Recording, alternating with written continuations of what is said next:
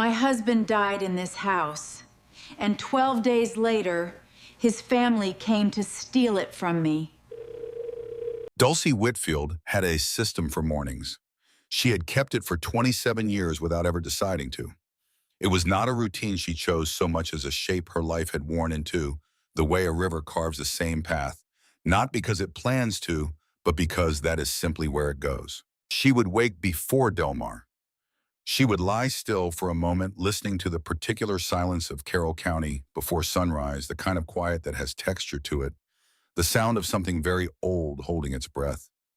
Then she would reach across to his side of the bed and press her hand flat against his shoulder, not to wake him, not really, just to confirm what she already knew, that he was there, that the night had passed and he was still there. She had done it 10,000 mornings without thinking about what it meant. On the morning of the second Tuesday in October, she reached across and pressed her hand to his shoulder and felt the cold.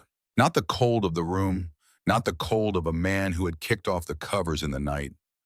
A different kind of cold, the kind that has no warmth underneath it, no promise of warmth returning.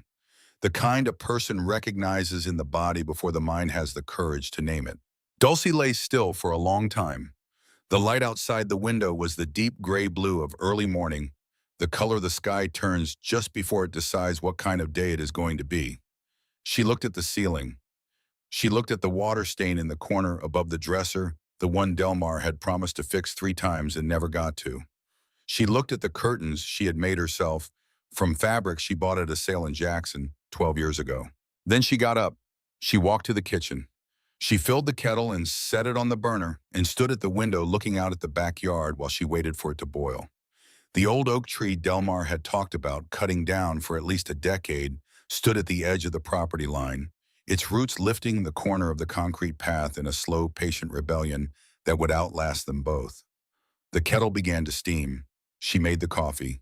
She poured it into a mug, the blue one with the chipped handle that she had been meaning to throw away for years. She drank half the coffee standing at the window. Then she picked up the telephone and called Hattie Garland next door. She did not cry.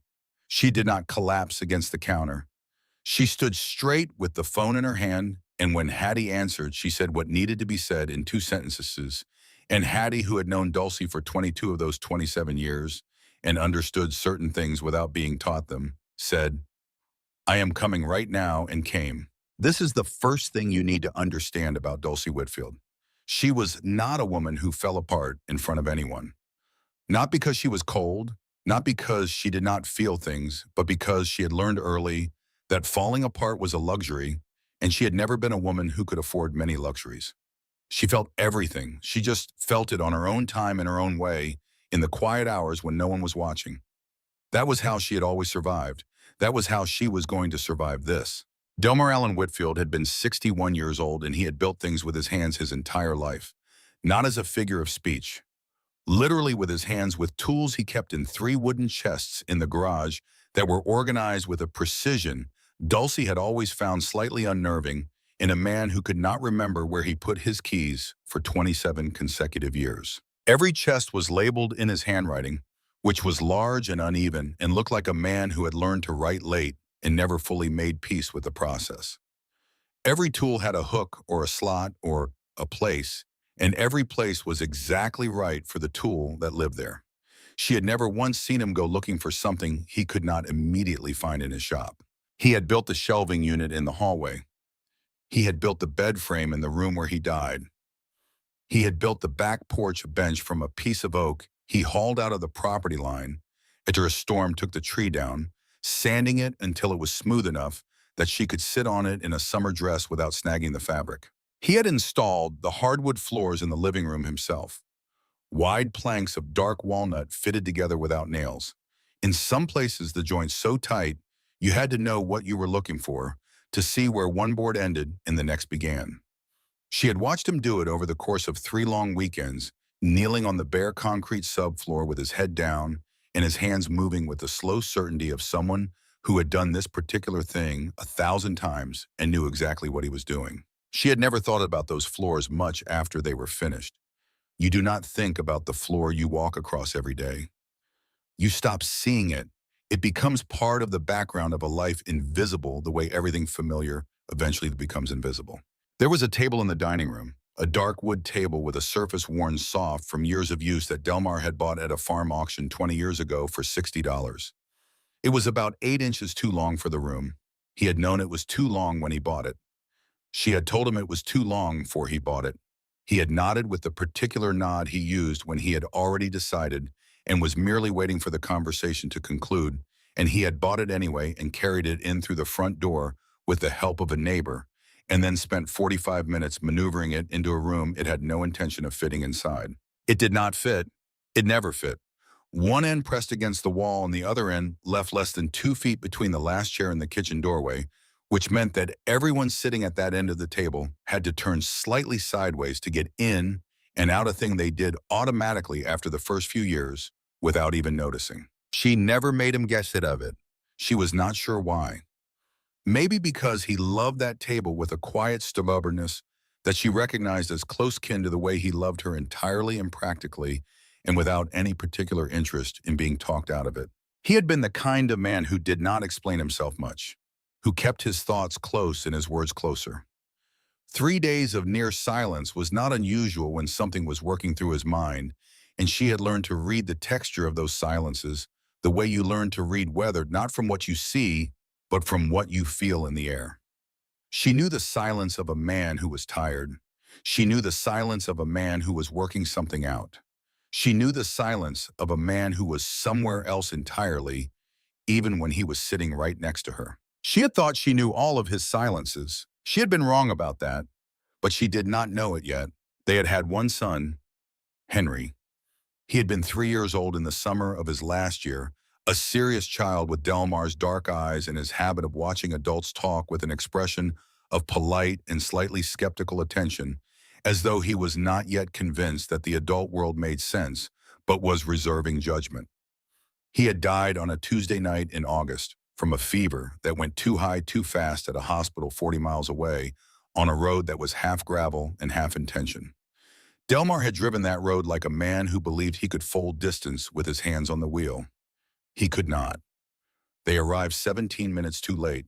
After that, Delmar changed. She had always attributed it to grief because that was the most available explanation, and because the change fit the shape of grief well enough that there was no reason to question it. He became quieter. He went to the workshop in the evenings more often and stayed longer. He sat on the back porch bench in the dark, sometimes not reading, not doing anything she could name, just sitting with whatever was in his head.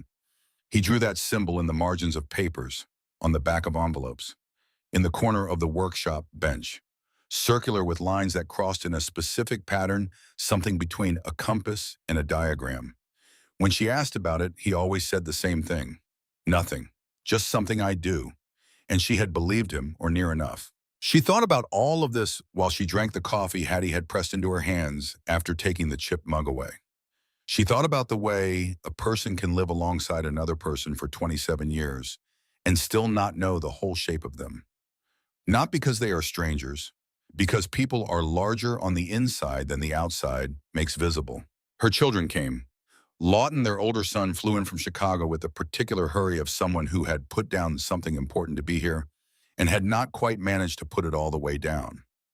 He was 32 years old and worked in logistics and had married a woman Dulcie had met twice and liked well enough without knowing well. He hugged her hard at the door, and she felt the deadline in his arms, the outer edge of how long he could stay before the rest of his life pulled him back. Annalise, their daughter, drove up from Atlanta with her husband and her 2 children, who were 5 and 7 and did not entirely understand what had happened, and showed it by running between the kitchen and the living room in a loop that never quite resolved into anything. Annalise cried more than Dulcie did, which left Dulcie with a complicated guilt she could not explain and did not try to. The funeral was simple. There was not money for anything elaborate, and Delmar had never liked elaborate things in life, and she was not going to start offering them to him in death. People came from the county neighbors' men he had worked alongside over the years, a few people she only half recognized. Hattie sat in the second row and kept her hands folded in her lap and said nothing, which was exactly the right thing. The family of Delmar Whitfield was notable for its absence. Denton Whitfield, Newt Whitfield, their mother Eulalie, who was 78 years old and had called Dulcie daughter-in-law for 27 years, with a warmth that had always stopped just short of meaning it. None of them came. Not a call, not a card, nothing. Hattie leaned close during the reception afterward and said quietly into Dulcie's ear, "Absence without explanation is not grief. It is preparation." Dulcie pretended not to hear it. She was not ready for what it meant. On the fourth day, Lawton left. He hugged her at the door and said he would call every week. He called once in the 2 months that followed. Annalise sent a text message at Christmas. Dulcie did not blame them. She had learned a long time ago that blaming people for what they could not give you was a way of spending energy she did not have on an outcome that would never come. They had their lives. She had hers. The understanding did not make the silence of the house any smaller, but it kept it from becoming something she resented, and she considered that a reasonable return on the investment. 12 days after the funeral on a Thursday morning in late October, there was a knock at the front door at 9 o'clock. Dulcie had been sweeping the living room. She had an apron on, and her hair pulled back with an elastic that had seen better years. She opened the door and found 4 people on her porch. Denton Whitfield was 64 years old, her husband's oldest brother, and he was a man who had spent his life arranging things to his advantage with the patient efficiency of someone who understood that opportunity was not found so much as manufactured. He was heavy in the way of men who had worked hard when young and stopped at a precise moment when it was no longer necessary, carrying that work history in his shoulders, but not in the rest of him. He had Delmar's jaw and none of Delmar's decency. Beside him stood Eulalie Whitfield, 78 years old and considerably more durable than she appeared, leaning on a cane she held as though it were an accessory rather than a necessity. She lowered herself onto the sofa with the air of someone who had driven a long way and found the destination somewhat below expectations. Newt Whitfield, Delmar's younger brother, was 55, shorter and quieter than Denton, with an energy Dulcie had never quite been able to name. He stood in the middle of the room with his arms crossed and his eyes moving. Not the way a grieving man looks around a house he has known his whole life. A different kind of looking. The looking of someone taking an accounting of things. The fourth person was a young woman Dulcie did not recognize, probably mid-30s, who stood just inside the door and said nothing at any point during what followed. They sat or stood in the living room with the ease of people who believed they already knew where things were heading. Dulcie stayed near the kitchen doorway with her arms at her sides. Denton cleared his throat. He had the voice of a man who had practiced this part. "This house is titled in Delmar's name," he said. "The land, too. With his passing by law, the property reverts to the family. We came to address that." Dulcie looked at him. She said, "I have lived in this house for 27 years. I raised children here. I buried a child here." "I understand that," Denton said with the patience of a man explaining something to someone who was being unnecessarily emotional about a simple transaction. "But sentiment and legal title are 2 different things. I have to ask you directly. Did you and Delmar have a civil marriage registration?" The floor dropped out from under the room. Not the actual floor. The floor held perfectly well. It was everything else that shifted. They had had a church ceremony. They had had a celebration with 60 people and a cake her aunt had made, and a dress she had found at a consignment store in Memphis and altered herself. They had had 27 years of a shared life, a shared bed, a shared grief, a shared table that was too big for the room. What they had never done first, because there was no money, then because there never seemed to be the right moment, then because the moment had gone from urgent to eventual to invisible in the way that things do when life is very full and tomorrow always seems sufficient, was walk into a courthouse and sign the papers that would have made any of the rest of it legible to the law. Denton had known this. She could see from the way he said it that he had known it for years and kept it the way you keep something useful. Patient, waiting for the day it would serve its purpose. "You have no legal standing to this property," he continued, and his voice had taken on the gentle quality of a man who genuinely believes he is being reasonable. "We are not looking for conflict. We are looking to handle this quietly. You leave, we don't make this harder than it needs to be. That is all." 2 words. 27 years of a life reduced to 2 words in a reasonable tone of voice. Dulcie did not raise her voice. She had never been a woman who raised her voice when it mattered, because she had learned that a raised voice gave other people something to respond to other than what you were actually saying. She said, "I will need time to think about this." And Denton said they could give her a few days and began to move toward the door. That was when Newt did the thing that stayed with her. He walked slowly to the far corner of the living room near the hallway door beneath the old tool shelf Delmar had mounted on the wall years ago to hold the equipment he kept meaning to use and never got around to. Newt stopped there and looked down. Not at the shelf, not at the wall, at the floor. He stood with the focused stillness of the man verifying a specific piece of information, the way you check an address against a map when you want to be sure you are in exactly the right place. His eyes moved over those few square feet of dark walnut floorboard with an attention that had nothing in it of nostalgia or grief or the ordinary visual restlessness of a man in a room he has been in before. Dulcie was watching him. He felt her watching and looked up, and for just a moment their eyes met. He smiled with one corner of his mouth, the kind of smile that acknowledges a situation without explaining it, and then he walked out the door. She stood in the empty room for a long time after they left. It was not the threat of losing the house that sat with her, though that was enormous and real and would need to be handled. It was Newt's eyes on that floor, the particular quality of that attention. The way he had stood in exactly that spot and looked down at those boards with the certainty of a man who knew or believed he knew that something existed beneath them. She did not sleep well that night. She did not sleep well the night after. On the third morning, she woke before sunrise and lay in the quiet of the house and let the question that had been circling the outside of her thinking finally come all the way inside. Delmar had laid those floors himself. He had chosen that wood and fitted those boards with the patience and precision that he brought to everything he built. He had known every inch of that room, every joint, every plank. And Newt, who had known Delmar his whole life, had stood in that specific corner and looked at that specific section of floor with the eyes of a man who was checking on something. She got up, she put the coffee on, and then instead of sitting at the table to drink it, she walked into the living room and began to do something she had not done in perhaps 20 years. She began to actually look at the floor. She walked slowly from one end of the room to the other, pressing each foot down with deliberate attention, listening. Most of it sounded the way it always had, the familiar low groan of walnut underweight, the subtle compression of boards that had spent decades settling into their place. She moved through the room, section by section, working toward the corner where Newt had stood. When she stepped onto the boards in that corner, beneath the old tool shelf, the sound changed. It was not a creak. It was not the settling complaint of old wood carrying weight.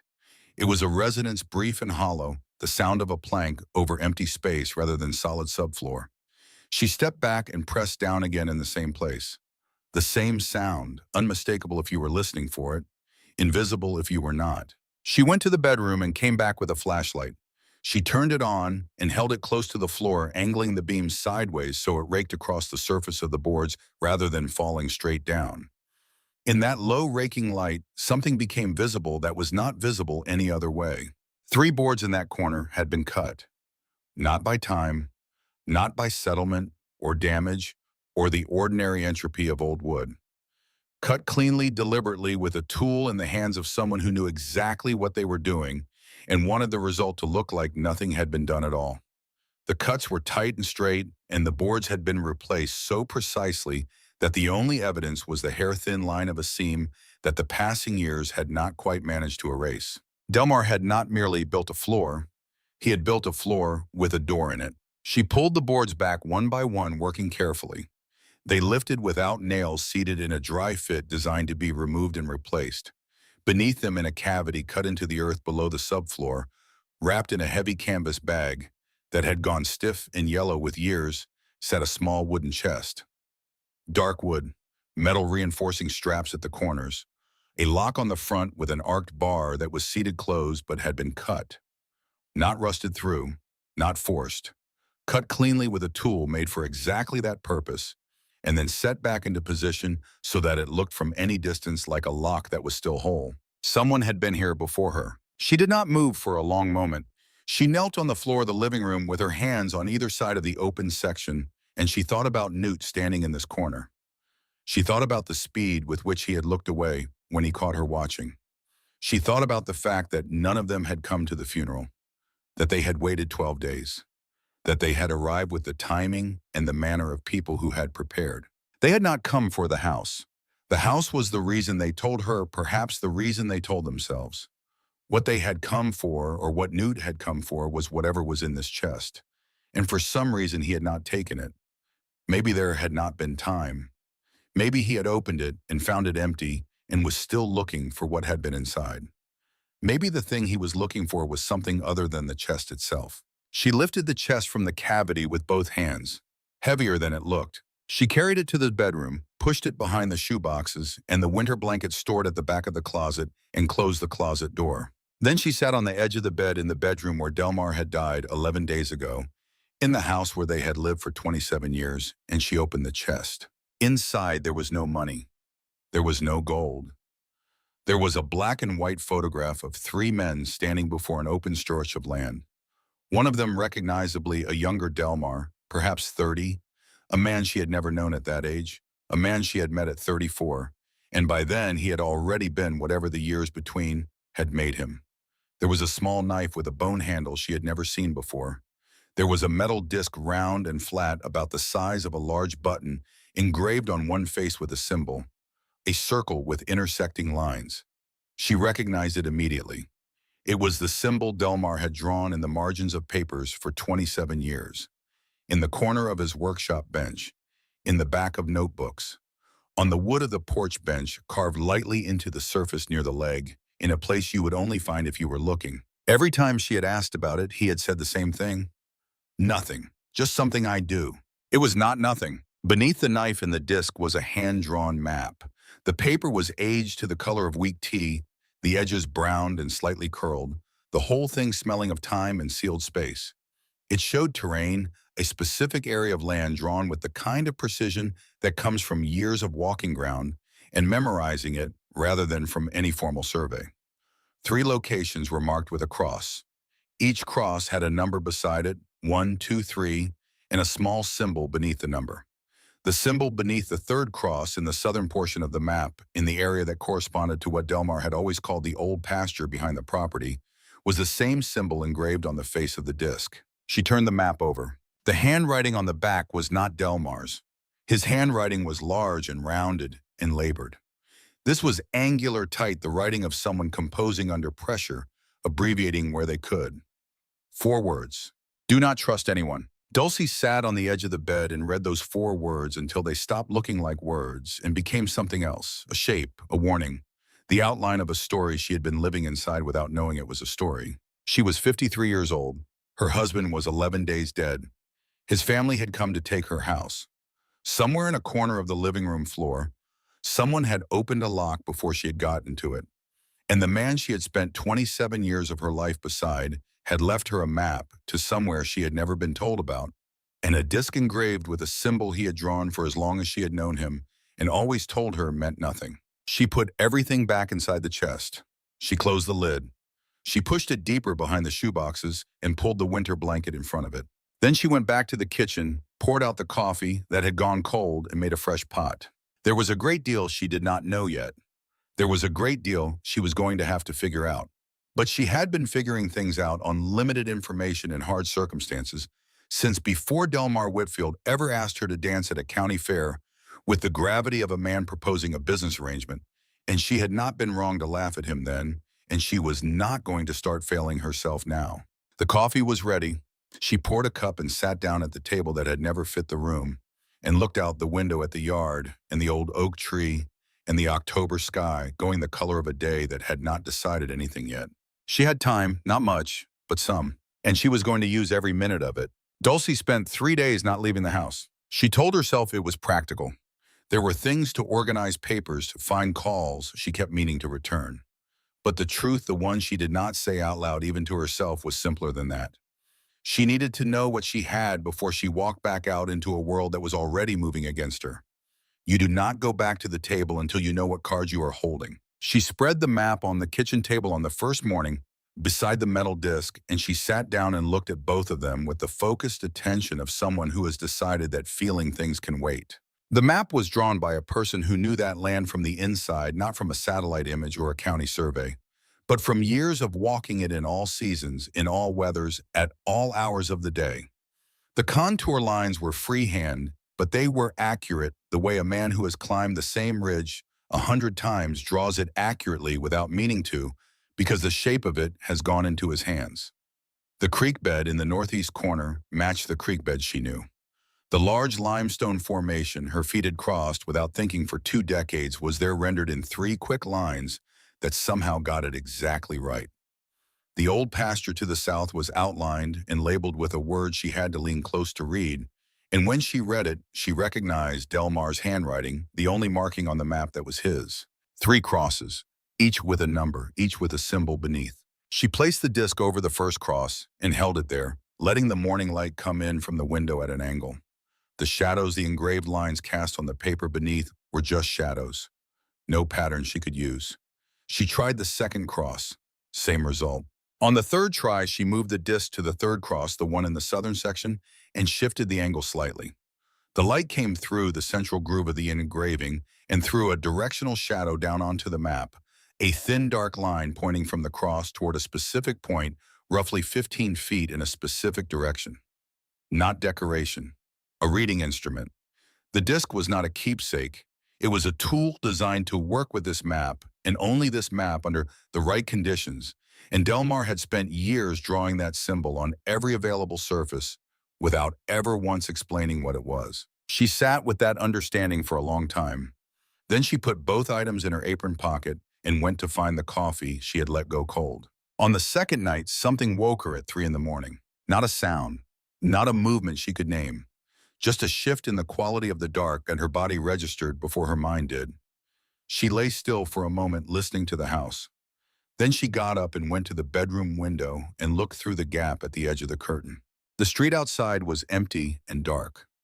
The neighbor's porch light made a yellow circle on the sidewalk.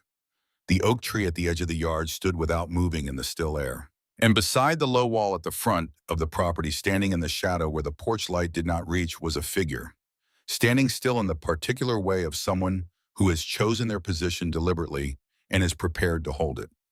Not pacing, not checking a phone, not doing anything at all except being there facing the house with the patience of someone for whom waiting is professional rather than incidental. Dulcie stood at the gap in the curtain and watched the figure watch her house for several minutes. Then she let the curtain fall back and went to sit on the edge of the bed. She did not call the police. She thought about it, and then she thought about what she would say and what they would do and how long any of it would take and what would happen to the chest behind the shoeboxes in the meantime, and she decided against it. What she decided instead was this. Before sunrise tomorrow, before anyone else was moving, she was going to the old pasture.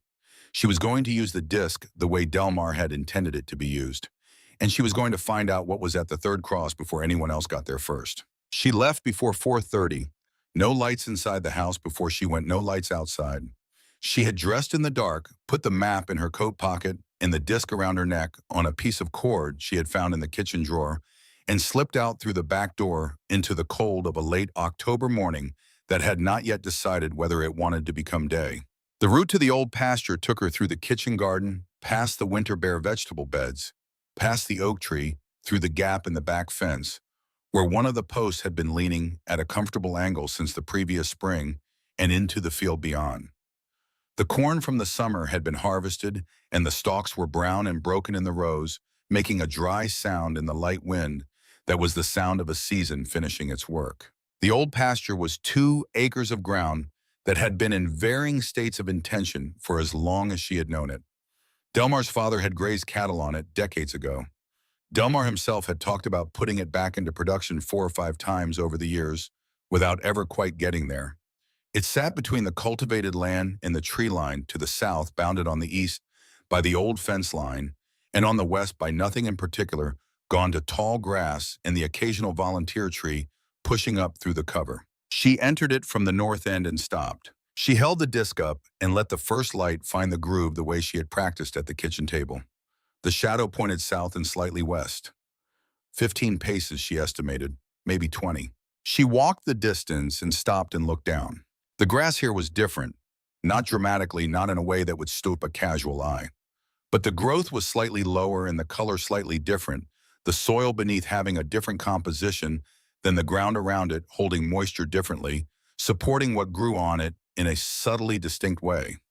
Broken and remade ground years ago that had never quite gone back to being exactly what it was before. She knelt down and began to dig with her hands. The earth was cold and damp and came away in small, firm clods.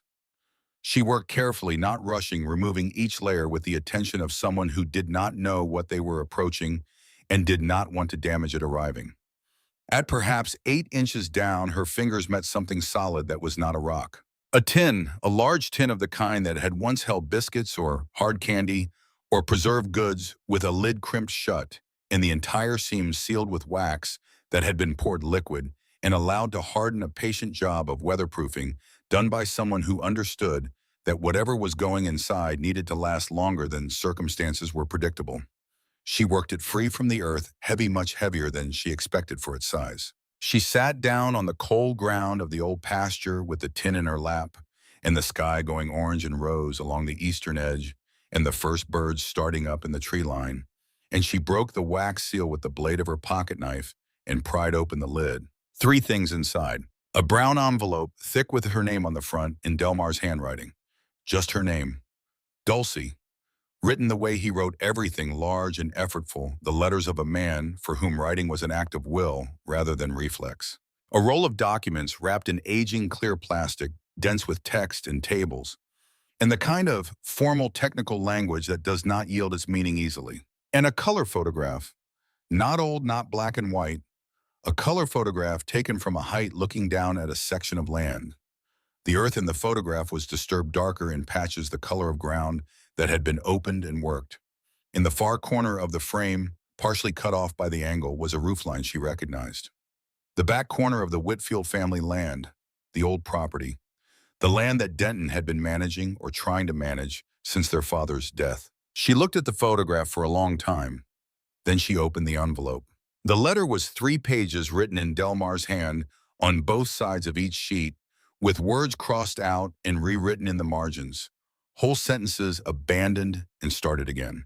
The evidence of a man for whom the act of putting something into language was a significant undertaking, and who had done it anyway because the alternative was leaving her with nothing. She read it once straight through without stopping. Then she sat still for several minutes looking at the tree line. Then she read it again. What Delmar had written was this. When he was 28 years old, before he knew her, he had taken a job with a land surveying company that was working the region for a group of private investors from out of state. 3 men. He was in the photograph she had found in the chest. He had worked with them for 2 months, measuring and mapping a large section of land that included the Whitfield family property and the surrounding territory. Halfway through the contract, he had come across the full technical reports.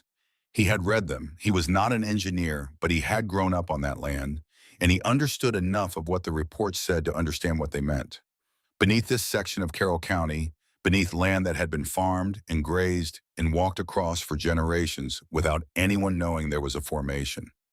A substantial layer of shale with characteristics that the engineers noted with a precise professional interest that Delmar had recognized even at 28 as the interest of people who intended to do something about what they had found. The senior man in the group, an older man they called Dr. Cornelius, had come to find Delmar privately before the week was out.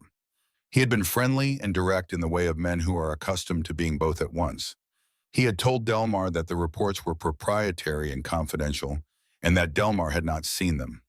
He had not needed to finish the sentence. Delmar had understood what completing it would have involved. He had resigned the following day, but before he left, he had made copies of the documents. He did not write in the letter that he had a clear reason for doing it. He wrote that it felt like the kind of thing a man should do when he knew something that no one else knew and was being told to unknow it. That it felt like the one act of stubbornness he could afford when everything else was being asked of him. He had kept those copies for over 30 years. After Henry died, something shifted in him that he wrote about carefully and obliquely, the way he wrote about everything that mattered, circling it rather than naming it directly. He had gone back to the documents. He had spent time understanding them more fully. What he found was that the formation beneath the land was substantial, the kind of thing that companies paid enormous sums to access, or that could, in the right hands, be protected permanently from exploitation. What he also found documented in the papers he had copied was that Dr. Cornelius's group had subsequently attempted to register portions of this land through a network of third parties using paperwork that did not accurately represent ownership or authorization. Filings made 30 years ago that had never been successfully challenged because no one who knew about them had ever come forward with the evidence. The documents in the tin proved the formation existed and proved the irregular registration.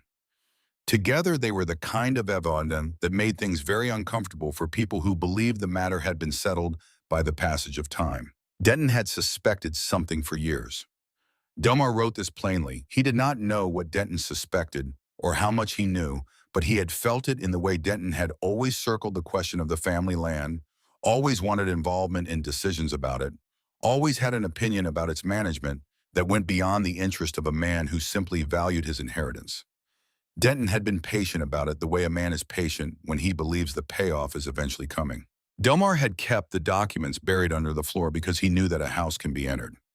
He had kept the map and the disc separate from the documents because a system that requires two separate keys is harder to compromise than a system with one. He had told her none of this because he was afraid.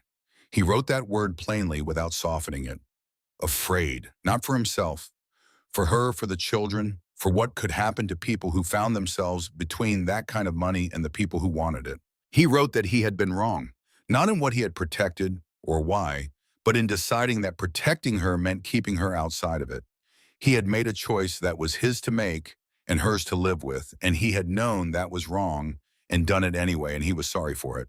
There was a man named Whitmore, he wrote, who might come to find her. They had worked together once years ago and had fought badly over what to do with what Delmar knew Whitmore wanting to move forward and Delmar wanting to protect, and they had parted in anger and never reconciled. But Whitmore was a man who kept his word. If he came, she could listen to him. She should not let him decide for her. The last paragraph was short. The decision is yours, Dulcie. It always was. I just took too long to understand that. Take care of yourself. Take care of the kids. And forgive me for the silence. She folded the letter, slowly, the way you handle something that will not be the same after you have handled it because it will carry the shape of your hands from that moment forward. She had expected grief. She had been carrying grief for 11 days already, and she knew its dimensions by now, knew where it sat in her chest and how it moved when she breathed, and what it did to the light in the middle of ordinary afternoons. What she had not expected was the anger. It arrived cleanly without drama, not explosive, steady, the kind of anger that settles into the body like a change of temperature rather than a sudden shock. 27 years. She had been there for every year of it, for the lean years when the money ran out before the month did, and they sat at that table, too big for the room, and worked out what could wait and what could not. For the 3 days of silence when his mind was somewhere else, and she waited without demanding an explanation. For the night they drove 40 miles on a gravel road and arrived 17 minutes too late, and for everything that came after that night, all the years of watching him go quiet and go to the workshop and sit alone on the bench in the dark. She had held the full weight of that marriage without asking to be relieved of any of it, and he had decided on her behalf that she did not need to know this, that the way to protect her was to make choices for her without telling her what the choices were. That love and control were the same thing when the intentions were good enough. She sat with the anger long enough to feel its full shape.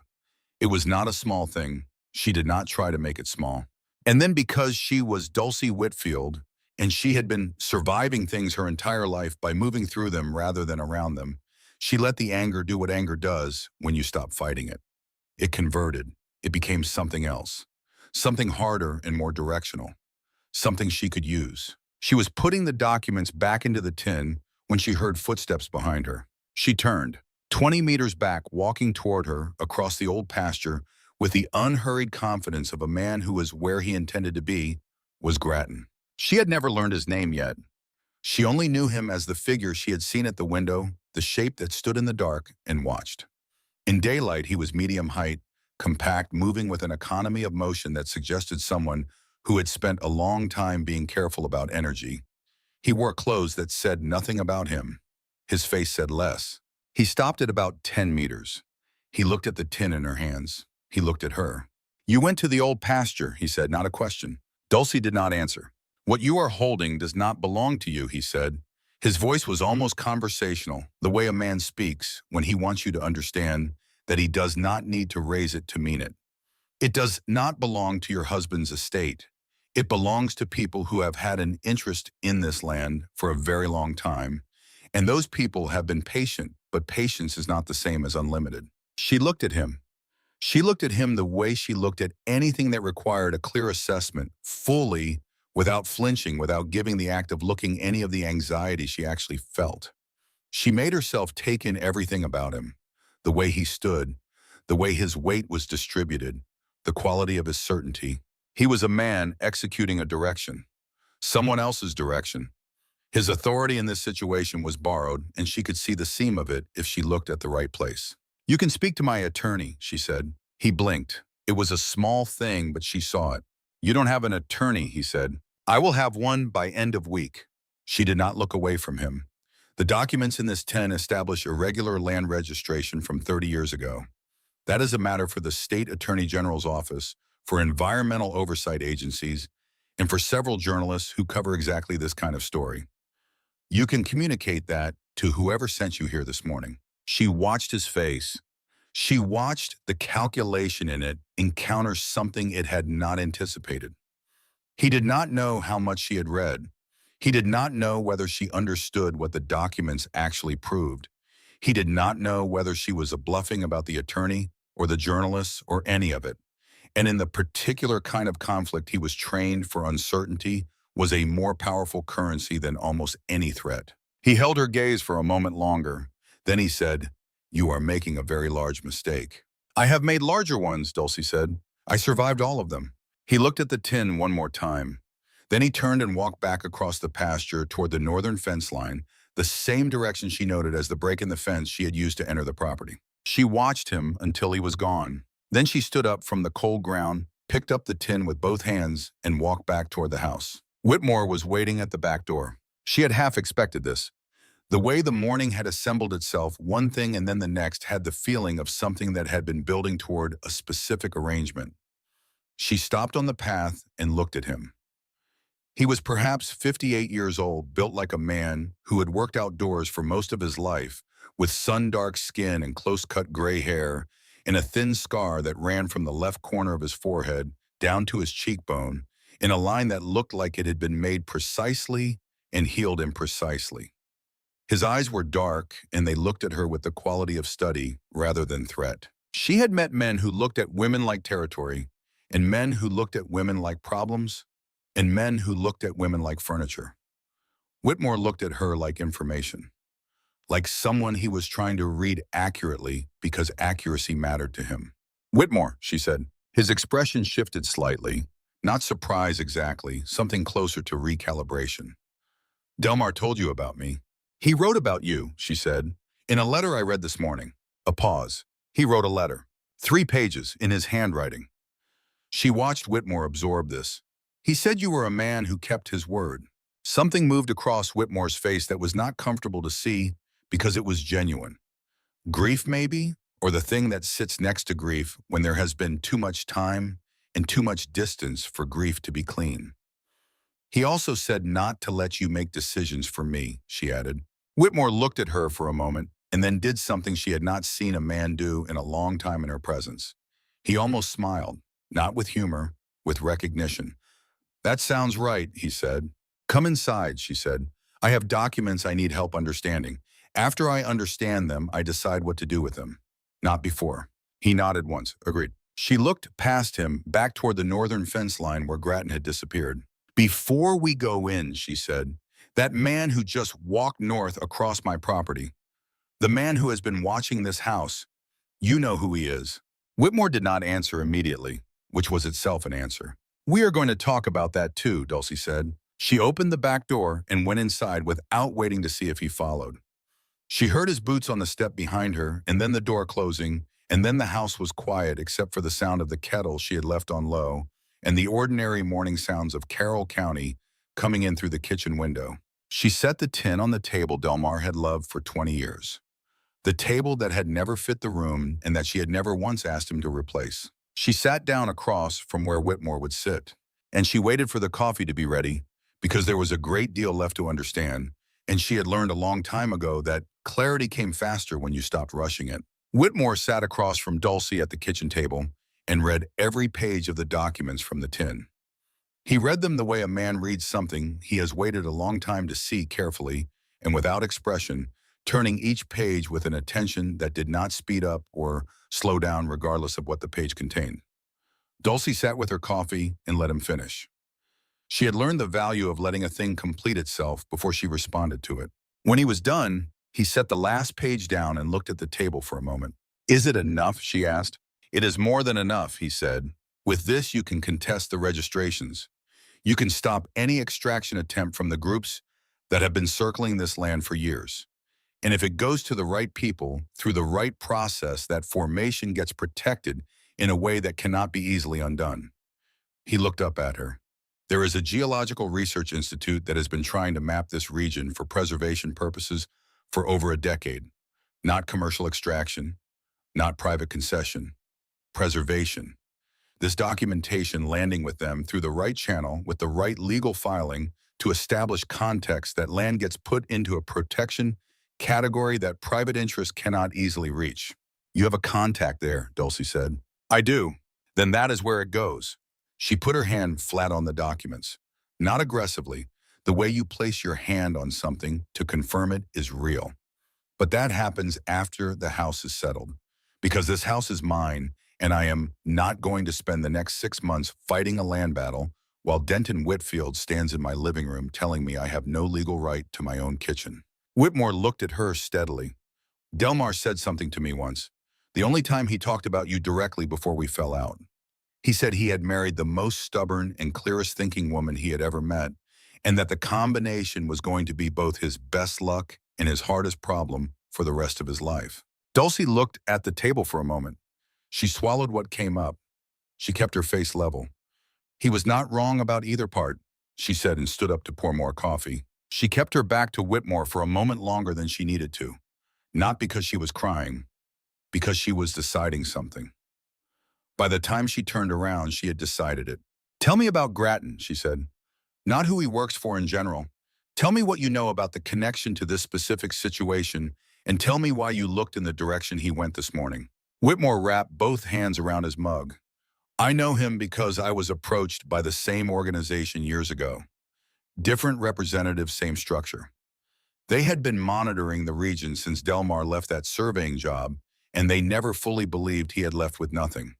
When he resigned and disappeared from their orbit, they kept a threat attached, long-term and low-cost, the kind of surveillance that does not require much active attention until the situation changes." He paused. "Delmar dying changed the situation. They sent Grattan when Delmar died, or shortly after. The family property coming into question, the legal uncertainty around your position in the house, that was the kind of disruption that would move them from passive to active." "And Newt," Dulcie said. "Newt was working with Grattan, or for whoever Grattan works for. I believe Newt made a financial arrangement with them some years ago. Not out of ideology, out of debt or desperation or the kind of decision you make when you are in a corner and someone offers you a door. He would have told them about the house, about your position, about the family structure. He was their access point." Dulcie stood at the counter with her coffee and thought about Newt standing in the corner of her living room, looking down at the floor with that specific attention, and then looking up and finding her watching him and smiling with one side of his mouth. "He didn't get what they sent him for," she said. "No, whatever he found or didn't find, he didn't leave with it. And now Grattan knows I have the documents. He knows you have something. He does not know exactly what you understand about what you have. That gap is your advantage." Whitmore set his mug down. "But it is a shrinking one. Once they verify what is in those documents and calculate the exposure, they will decide whether to escalate or withdraw. That calculation depends on how much noise you can make before they finish making it." Dulcie looked at him for a long moment. "You said you owed Delmar something specifically." Whitmore was quiet for a moment. "We had a serious argument about what to do with the information he had. I wanted to move forward with it, file with the appropriate agencies, go to journalists, make it public, and let the process work. Delmar believed that the moment it became public, the people involved would find ways to neutralize it and anyone connected to it. We said things we did not take back, and we stopped speaking." Another pause. "He was probably more right than I was. The people involved 30 years ago had reach. Whether they still do is less clear. And now he is dead, and it is still not resolved, and you cannot carry that." "No," Whitmore said simply. "I cannot. Dulcie nodded once. She picked up the documents and began organizing them back into the proper order. I need a lawyer, she said. Someone who knows Tennessee property law and knows how to file the kind of challenge that does not get quietly buried. Hattie Garland's brother is an attorney in Jackson. She mentioned him to me last week, and I have been thinking about that conversation more than I realized. I know of Inglesby Garland, Whitmore said. He has a reputation for being difficult to discourage. Good, Dulcie said. That is exactly what I need. Hattie came by that afternoon without being called, which was her habit in situations she judged to require presence rather than invitation. She brought a covered dish that Dulcie didn't ask about and set it on the counter and then sat down at the kitchen table with the ease of someone who had sat in that chair enough times to have a particular relationship with it. Dulcie told her what she had found. Not everything, not the full technical content of the documents, but the shape of it. What Delmar had known, what he had kept, what it meant for the house and for the land. Hattie listened without interrupting, which was not always her natural mode, which meant she understood the weight of what she was hearing. When Dulcie finished, Hattie said, I want to call Inglesby tonight. I was hoping you would say that. He is going to tell you it is complicated. I know it is complicated. And then he is going to take it anyway, because he has not had a genuinely complicated case in 2 years, and it is making him restless. Hattie folded her hands on the table. He was a very good attorney, Dulcie. He did not stop being one because he slowed down. Inglesby Garland arrived the following afternoon driving a 10-year-old sedan that had seen considerable use and did not appear troubled by this. He was 68 years old and carried himself with the particular economy of someone who had spent decades in rooms where every gesture was being read. He had Hattie's directness, but a different register of it, less warm, more precise.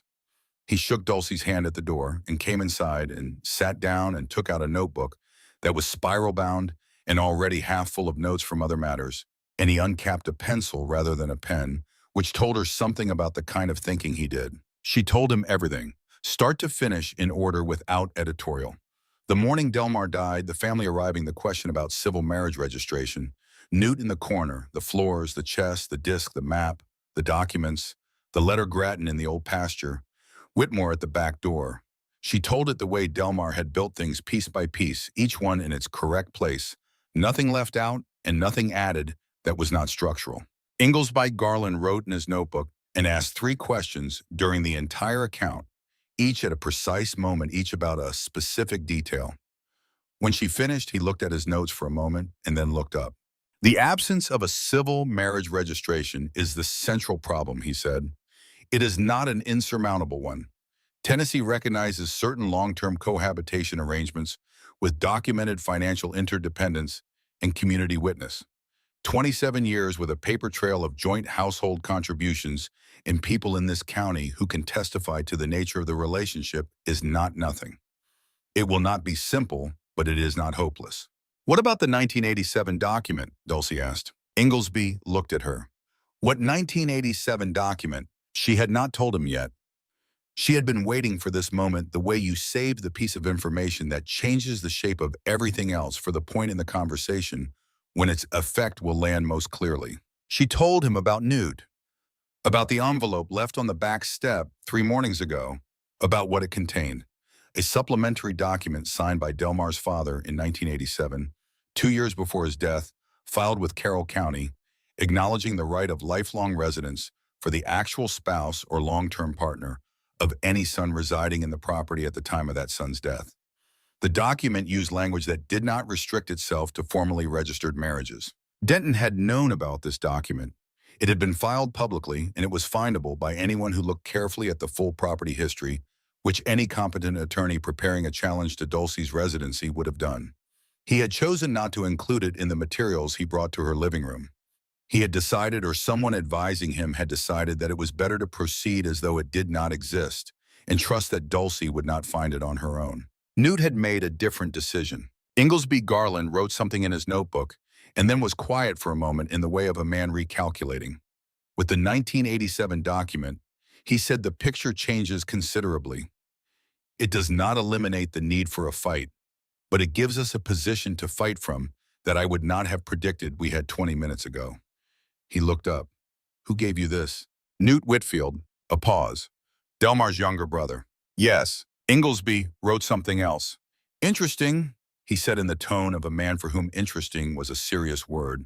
The meeting with Denton's attorney took place 9 days later in a conference room at a law office in Huntington that smelled of old carpet and the particular staleness of a building that had been through many difficult conversations without adequate ventilation.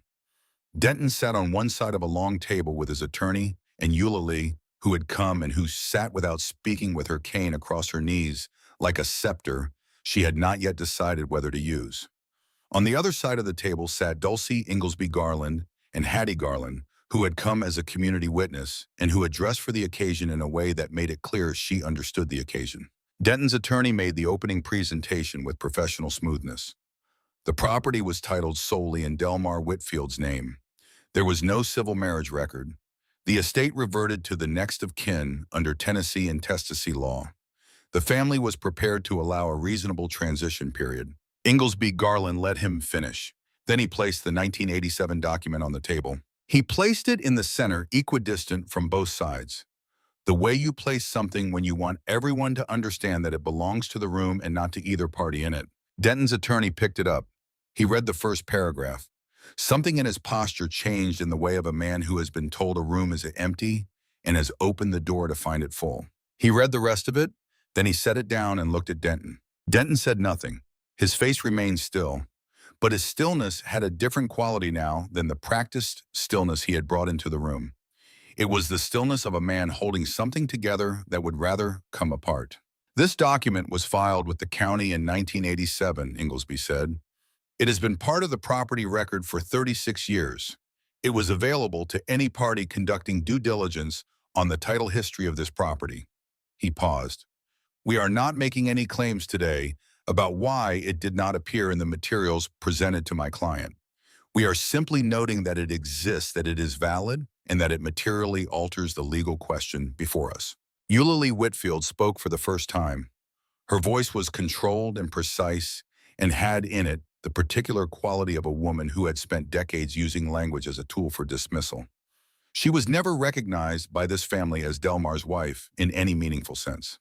Hattie Garland had been sitting with her hands folded and her expression neutral, the way a woman sits when she is waiting for her moment and knows it will come. She looked at Eulalie directly. I have lived next door to Dulcie and Delmar Whitfield for 22 years, she said.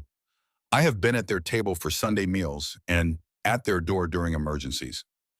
I was the first person Dulcie called the morning Delmar died before her own children because I was the person Delmar trusted to take care of her if something happened.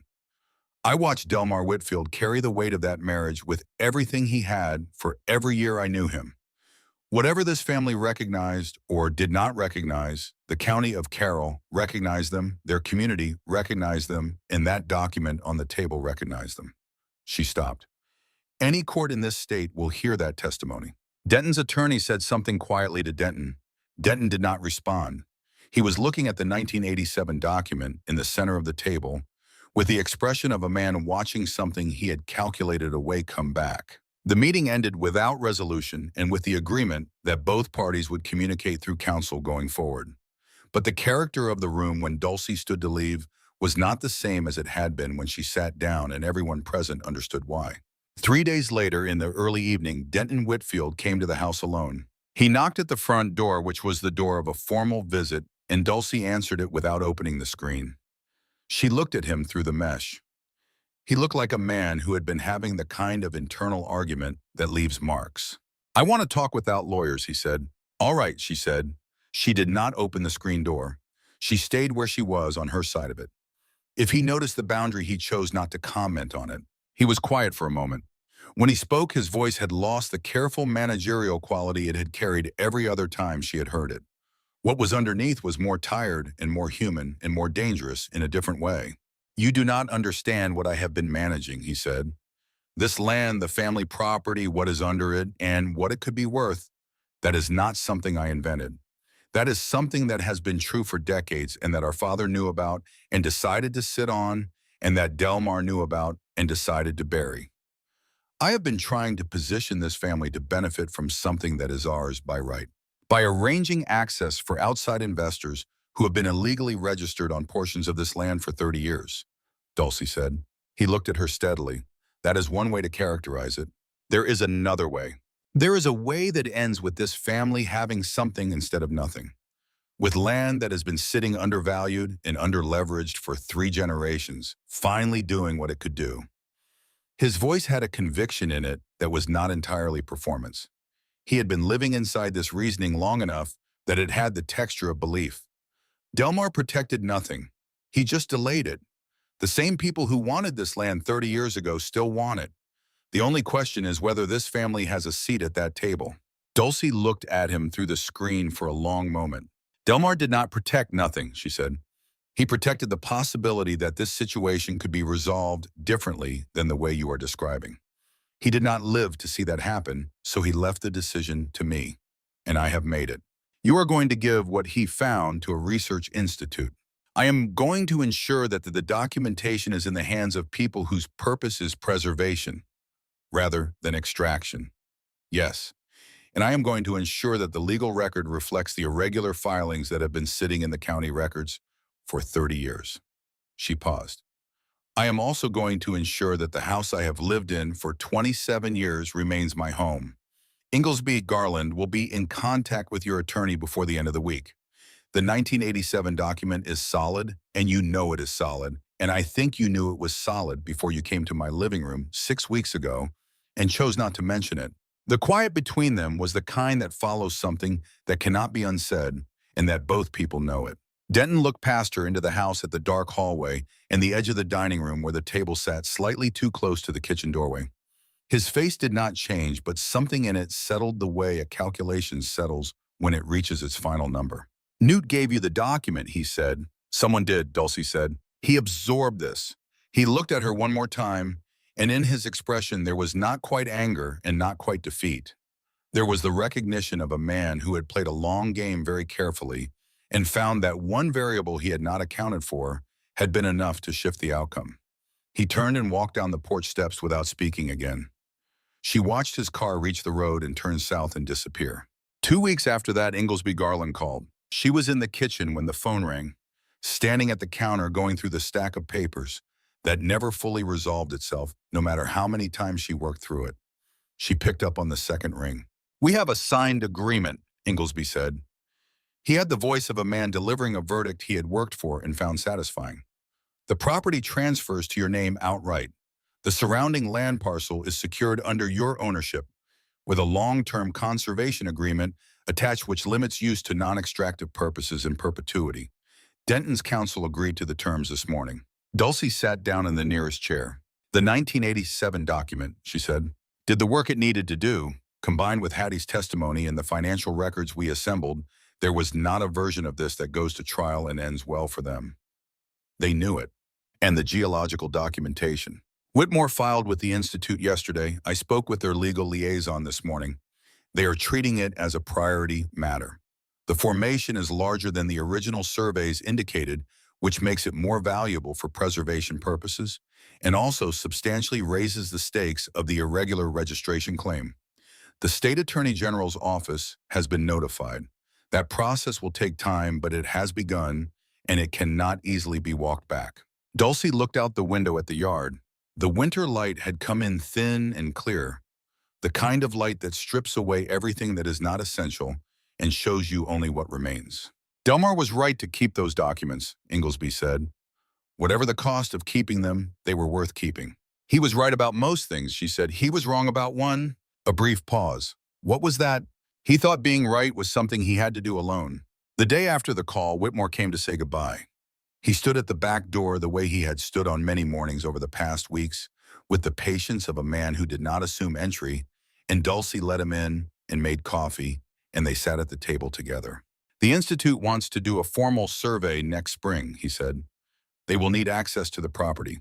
I told them you would want to be involved in those conversations directly. Good, she said, I do. He turned his mug in his hands. Delmar would have liked how this ended. Delmar would have found 17 things to worry about, she said. He would have sat on that porch bench for a week, not talking about any of them. She paused. And then he would have come inside and he would have been all right. Whitmore looked at her. You are not angry with him anymore. I am still angry with him, she said simply. That does not go away because things worked out. He made decisions that were not his to make alone, and I spent 6 weeks navigating the consequences of that with no preparation and no warning. The fact that he was trying to protect me does not change what it cost. She put her coffee down. But I also know who he was. I know what he was afraid of and why, and what it cost him to carry it. I know that the way he loved was not always the right way, but it was always real. She looked at the window. Both of those things are true at the same time. I have made my peace with that. Whitmore nodded slowly. He said you would. Dulcie looked at him sharply. He said that in the letter. He said it to me years ago. He said that if it ever came out, if she ever found out, she is going to be furious with me, and then she is going to understand it, and then she is going to do something about it that I would never have had the nerve to do myself. Whitmore stood. He was right about all three. She walked him to the back door.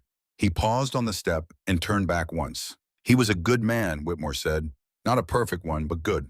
I know, Dulcie said. I spent 27 years with him. I know exactly what he was. She watched him walk across the yard and through the gap in the back fence and out into the field beyond. The afternoon sky was the deep blue of a Tennessee December, the kind of blue that comes after the last warmth has given up arguing and the air has gone clean and cold and final. She stood in the doorway for a moment and breathed that air. That evening, she sat down at the table that had never fit the room, and she wrote 2 letters, one to Lawton in Chicago, one to Annalise in Atlanta. She did not write them to explain or to report or to ask for anything. She wrote them because there were things about their father that they deserved to know, not the documents in the legal history, not the complicated architecture of what he had protected and why. The other things, who he was at 28 years old standing in a field with a camera making a decision to walk away from something he knew was wrong. Who he was at 40 sitting on a porch bench in the dark carrying something he believed was too heavy to share.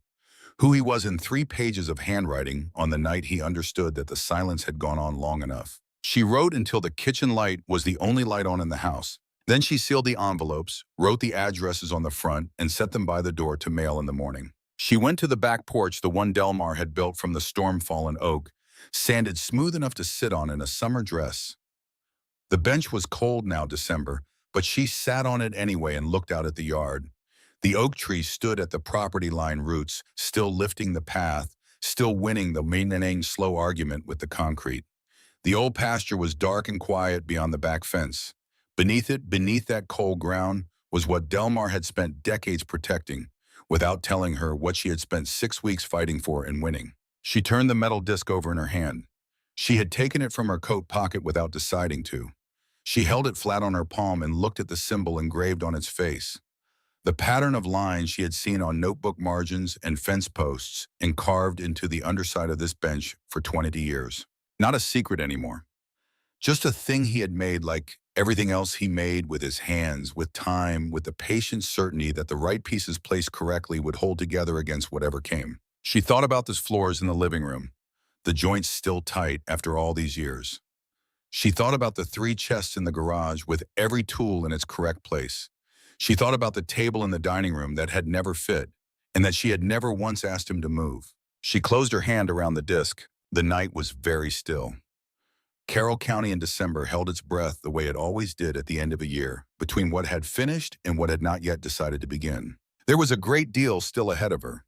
The Institute's survey in the spring, the Attorney General's process long and uncertain, the slow work of learning to live in a house that was fully hers, now in every legal and human sense it could be, which was different from how she had lived in it before and would take some time to understand.